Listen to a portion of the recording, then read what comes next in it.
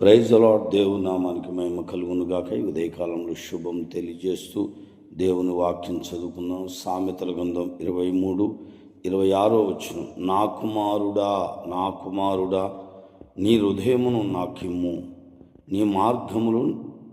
నా మార్గములు నీ కనులకు ఇంపుగా నుండనిమ్ము. దేవుని వాక్యము ఇక్కడ స్పష్టంగా మనతో మాట్లాడుతుంది. నా కుమారుడా నీ హృదయము నాకిమ్ము. ఏ తండ్రి అయినా ఎవరైనా కుమారుడి నుంచి కోరుకునేది కదండి ఇలాంటి మనసు.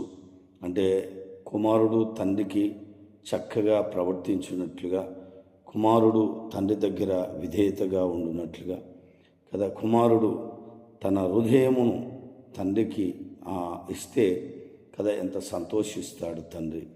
ఏ తండ్రి అయినా తన మాట తన కుమారుడు వింటుంటే, తన కుమారుడు తండ్రి ఏమి చెప్పినా చేస్తుంటే ఏ తండ్రి అయినా ఎంతో అద్భుతంగా సంతోషిస్తాడు.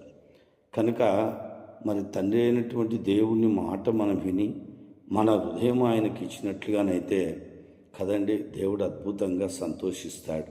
అలాగే కదా ఆయన మార్గము మన కనులకు ఇంపుగా చేసుకోవాలి. నీ కనులకు ఇంపుగా చేసుకుంటే ఖచ్చితంగా నువ్వు ఆశీర్వదించబడతావు, దీవించబడతావు, దీవెనకరంగా మారుతావు.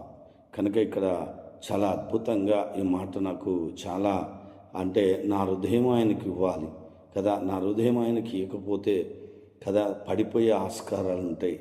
చెలికత్తెల్లో పడే స్వభావంలోకి అంటే దేవునికి విరుద్ధమైన స్వభావంలోకి వెళ్ళిపోయే ప్రమాదాలు ఉంటాయి.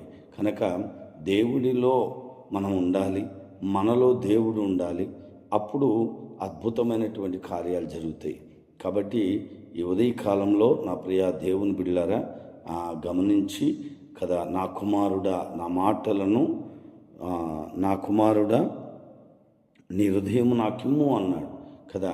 మన హృదయం ఆయనకిచ్చి కదా ఆయన మార్గములు మనకు ఇంపుగా చేసుకొని, మన కనులకు ఇంపుగా చేసుకొని చక్కగా మన కుటుంబాలను కట్టుకొని దీవెనకరంగా మరి ఈ ఉదయకాలంలో మీ కుటుంబాలను దేవుడు చేయబోతున్నాడు.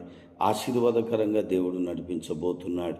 కనుక నీ హృదయం ఆయనకివ్వు, దేవుడు గొప్ప కార్యము జరిగిస్తాడు. ప్రార్థన చేసుకుందాం.